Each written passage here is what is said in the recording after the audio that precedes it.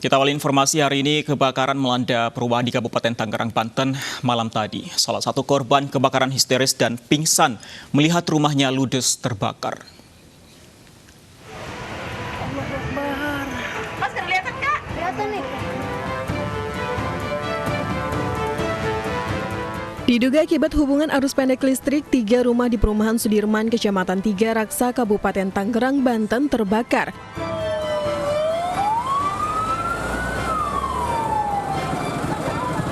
Petugas mengerahkan 4 unit mobil damkar berjibaku memadamkan api dibantu warga.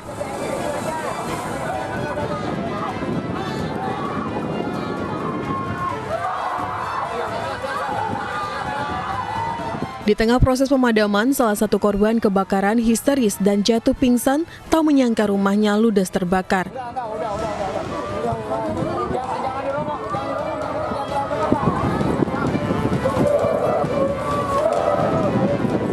Setelah 2 jam berjibaku, api akhirnya berhasil dipadamkan. Kedugaan api itu ternyata dari depan itu ya arus listrik. Rumah ada 3 rumah, 3 unit rumah yang terbakar. Ya boleh katakanlah ya alhamdulillah tadi kita kalau nggak buru-buru ya takutnya merembet. Itu juga sampai terjadi 3 rumah itu. Meski masih dalam penyelidikan, Ketua RT menyebut api pertama kali muncul dari salah satu rumah pemilik warung. Tidak ada korban jiwa dalam peristiwa kebakaran ini. Dari Kabupaten Tangerang, Aimarani, iNews melaporkan. Pemirsa, Gunung Api Sinabung di Kabupaten Karo, Sumatera Utara dini hari tadi kembali erupsi. Gunung Api Sinabung saat ini berstatus level 3 atau siaga.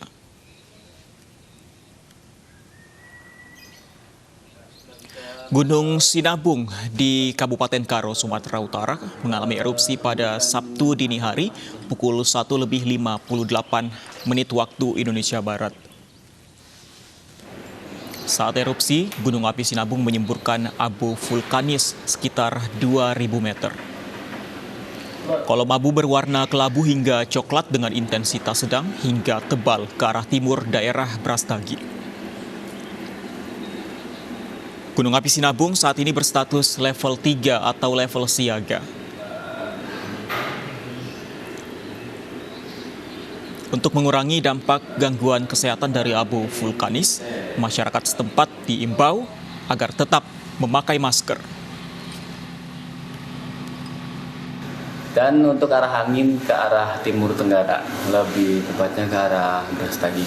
Untuk ini, himbauan untuk warga apabila terdampak abu untuk memakai masker dan juga pelindung mata.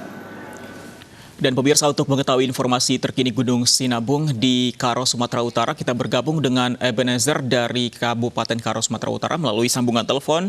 Selamat siang Ebenezer, bagaimana kondisi Gunung Sinabung saat ini? Ya, selamat siang Pandi. Kondisi Sinabung hingga siang ini masih secara visual tertutup kabut. Namun dari keterangan vulkanologi tingkat kegempaan masih tinggi dan kemungkinan akan terjadi erupsi susulan ke depannya. Namun untuk dampak letusan dini hari tadi, beberapa kecamatan di Kabupaten Karo tertutup abu vulkanik seperti Kecamatan Brastagi, Kecamatan Merdeka, dan Kecamatan Namanteran. Seperti itu, Pandi. Tapi apakah letusan masih terjadi, Ebenezer? Saat ini letusan belum dapat teramati karena visual Sinabung sendiri masih tertutup kabut, Pandi. Status saat ini masih di siaga atau ada perubahan status? Status belum ada perubahan, status Gunung Sinabung sendiri masih berada di siaga, status siaga. Oke, masyarakat yang ada di sekitar Gunung Sinabung saat ini sudah dievakuasikah atau hanya sekedar imbauan agar tetap waspada atau bagaimana, Ebenezer? Untuk masyarakat yang berada di sekitar kaki Gunung Sinabung sampai saat ini masih dihimbau waspada dan belum ada untuk disuruh mengungsi.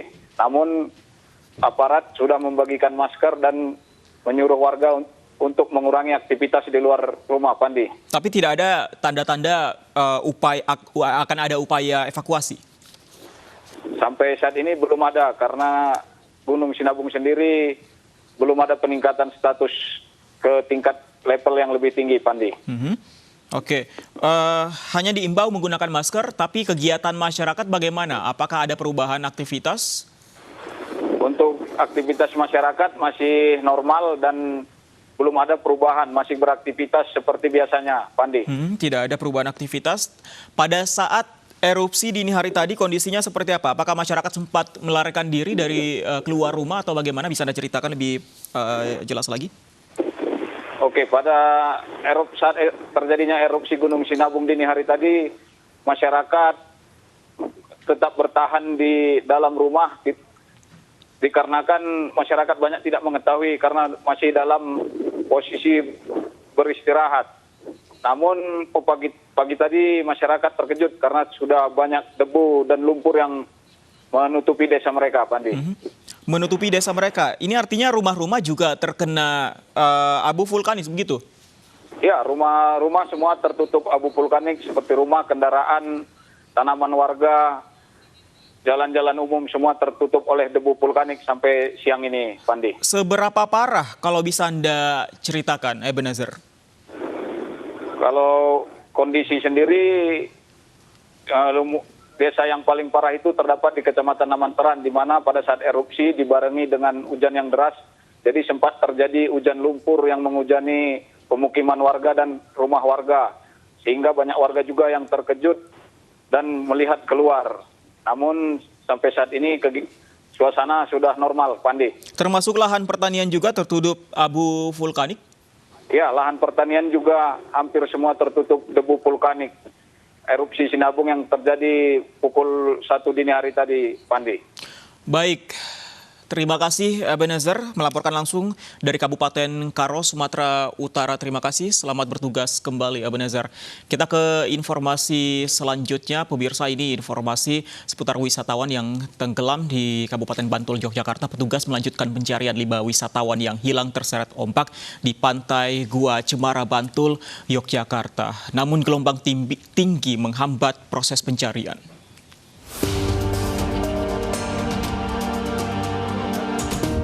...150 petugas gabungan dari SAR, Basarnas, TNI Polri, serta relawan akan melanjutkan pencarian dengan menggunakan perahu, namun tergantung kondisi angin dan tinggi gelombang.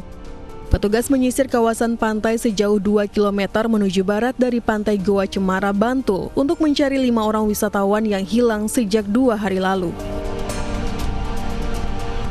Karena sudah ada himbauan dari BMKG di mana ketinggian gelombang kisaran antara 2 meter hingga 4 meter, sehingga perahu yang rencana akan diterjunkan untuk melakukan penyisiran di air. Untuk sementara kita lihat situasi. 7 orang wisatawan yang merupakan satu keluarga terseret ombak saat bermain air di pantai Gua Cemara, Bantul. 2 orang ditemukan dalam kondisi meninggal dunia, sementara 5 orang lainnya belum ditemukan. Lokasi hilangnya wisatawan merupakan area palung laut yang cukup berbahaya.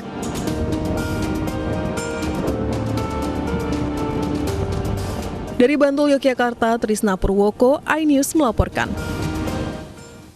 Pemirsa, seekor buaya raksasa pemangsa manusia dengan ukuran 6 meter berhasil ditangkap warga desa Parakang, Kabupaten Mamuju Tengah, Sulawesi Barat dengan alat seadanya.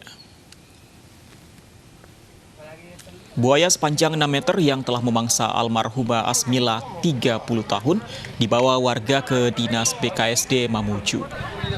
Warga sepakat untuk menangkap buaya liar dan ganas ini dari Sungai Parakang agar tidak kembali memakan korban. Warga bergantung hidup dengan menangkap ikan dan menjadikan Sungai Parakang sebagai jalur transportasi untuk mengangkut hasil kebun, sehingga warga merasa terancam dengan adanya buaya tersebut. Kita minta dari balai karantina, kita sudah minta tolong supaya datang diambil. Nah, bila mana dari balai karantina tidak datang menjemput barang ini, terpaksa kita upayakan kita bunuh atau kita sekaligus musnahkan. Sementara itu, buaya raksasa berbobot setengah ton yang diangkut alat berat bulldozer dan viral gagal diselamatkan BKSDA karena terkendala ritual adat warga setempat. Buaya harus dikubur secara adat usai ditangkap dan menyerang sedikitnya 5 orang.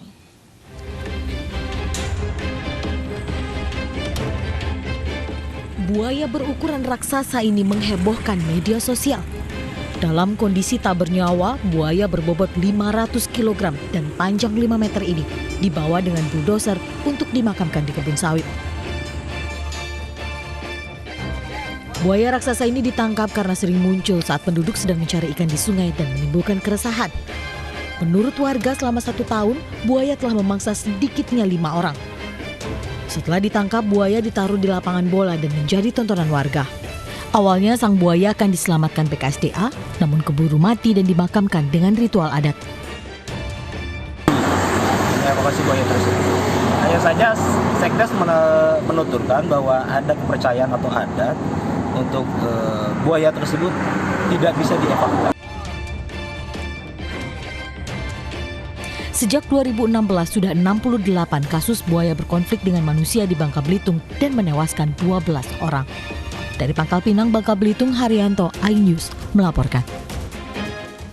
Informasi lain, pemirsa, tersangka predator seks fetis dengan modus bungkus kain jarik ditangkap polisi di kampung halamannya di Kapuas, Kalimantan Tengah. Kini tersangka diperiksa di Polrestabes Surabaya.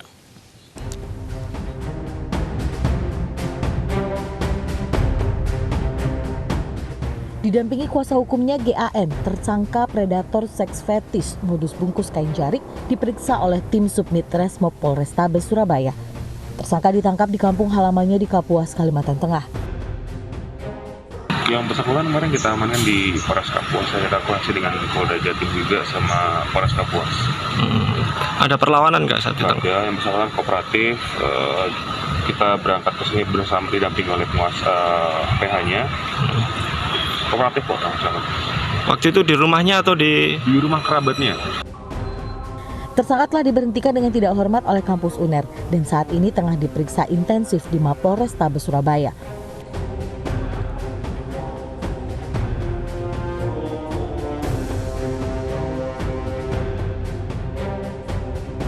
Kasus dugaan pelecehan seksual berkedok riset ini menjadi sorotan ketika rekaman video dari seseorang yang mengaku menjadi korban pelaku pelecehan seksual dari mahasiswa di Surabaya, Jawa Timur viral di media sosial. Korban diminta untuk membungkus tubuh menggunakan kain jarik dan kemudian diikat, lalu divideo atau difoto untuk dikirim kepada pelaku. Dalih pelaku adalah sedang melakukan penelitian untuk tugas akhir.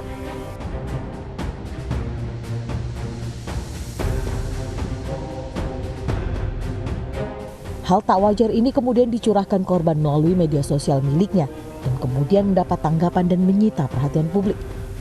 Korban dipaksa dan diancam jika tidak menuruti permintaan pelaku. Dalam diagnostik psikologis, penyimpangan seksual yang dilakukan pelaku disebut fetish. Fetish masuk dalam gangguan seksual parafilia seperti pedofilia, eksibisionis, dan lainnya. Penderita fetis akan mengalami kepuasan seksual dari benda-benda yang justru tidak mengandung unsur seksual. Tim Liputan iNews melaporkan.